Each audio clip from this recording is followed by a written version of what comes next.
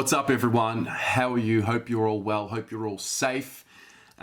Recording this video, assuming that round one is still going to go ahead. Haven't been told otherwise. Obviously, the situation's very fluid, but nevertheless, it's round one. It's the MCG.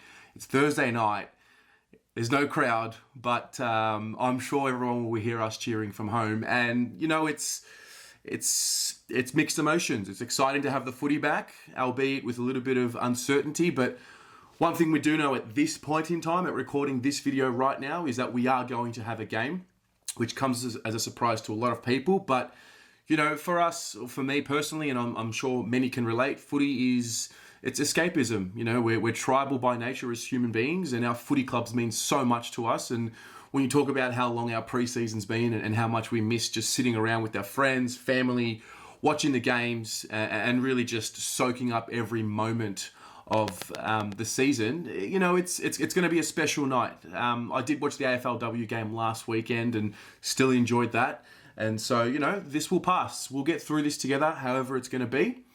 In terms of the facts of what we know right now, we know that they're going to be shorter quarters. I think it's 16.5-minute quarters plus time on. Now, why that's the case, I don't know. It's not relevant right now, but I'm very excited to see how we're going to match up against the Tigers, who come into this round with not many injuries to their list. So we're going to get them at full strength. Toby Nankervis was under a little bit of an injury cloud, but it seems like he's going to be ready for round one. We're very clear on our injuries. You know, we know who's missing for us: Mitch, Charlie, Harry, and Eddie. Potentially Mitch will play. Don't know yet. We'll see when the teams come out. What capacity he's healthy, also not sure. But for me, obviously, you know, our defense is going to have to be rock solid. Very excited to see Sam Docherty back in the lineup. And, you know, it's interesting. He had a very funny quote the other day about how the last time he played, you know, Jacob Wiedering was a kid and our backline as a whole were very inexperienced and young. And so it's going to be cool to see Doc slot back right in there and be able to trust the guys around him to make the right decisions. And we know how lethal Richmond can be, especially off turnover, which is something that we're not sure if our Blue Boys can keep under control. And so if the ball's coming in quickly, we're going to be relying on our defenders to really step it up and control things from there. And I feel like that's how we're going to compete in this game. The shorter quarters, I think it plays in our favour.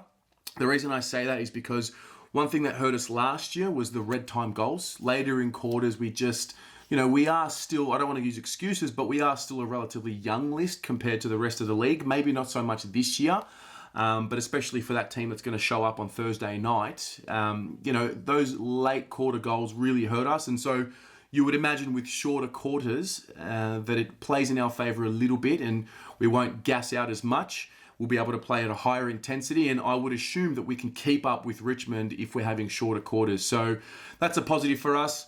The other one as well is, you know, there's no crowd, which doesn't really matter both ways. It is a Richmond home game, so you would think that they're going to have more fans there if the fans were going to be at the game. The unfurling of the flag, obviously, it takes a bit of a sting out of the game. It just neutralises it for the most part. So, yeah, I'm really looking forward to that. I'm looking forward to seeing, you know, obviously we've had the pre-season to judge these players at training and in match simulation and, you know, in the Marsh Community Series on how they're going and how they're developing. But we're going to get a really good indication of how they've really developed tomorrow night. And that's the key for me. Because when you come up against, you know, the best team in the competition as it stands, you really find out about yourselves. Now, the game, the second time we played them last year, we played them under the rain and we held them to 4 goals. I don't know how much we draw into that because it was such a wet game. The forecast at the moment looks like there might be a little bit of rain. So if it does happen, we know that we've got some runs on the board. Guys like Levi Casbolt are going to be crucial for us up forward. But having said that, if we're going to be peppering the ball long and high into our forward line, that's just going to play into Richmond's hands. You know, the thing that we haven't quite been able to do yet, which I want to see in season 2020, obviously, if we get a season 2020 proper, is can we lower our eyes when we move the ball inside 50? It's plagued us for so long. We haven't had that ability to do it consistently. I look at guys like Mark Murphy, I look at guys like Jack Martin, I look at guys like Sam Petrevski-Seton, and I look at guys like Zach Fisher, who I think can hit up that short pass inside 50 as the ball's coming in. It's going to be crucial for us because we know how Richmond won both of their flags, the way that they play the game. It can be countered, but it's going to take a real solid focused effort for 4 quarters, because in a matter of 5-6 minutes they can really pile on goals. Obviously no crowd again, so who knows if that's going to be able to stem the bleeding if momentum swings either way. I think, having our co-captains there, Cripps, it's a big one. It's a big game for him. Leading the club out, leading the group out, and, having Doc there by his side, knowing that everything's taken care of in defence. Cripps doesn't have that burden, perhaps, and I'm really excited to see the work that he's put in and what we're going to get, because you just know that he'll be up for round one. He's going to lead from the front, and it's going to be great. It's good for the soul to watch the guys play. I will totally understand if the AFL make a decision to end up postponing or cancelling the game, but we can only go off the information we've got right now, which is that there will be games in round one, and particularly on Thursday night.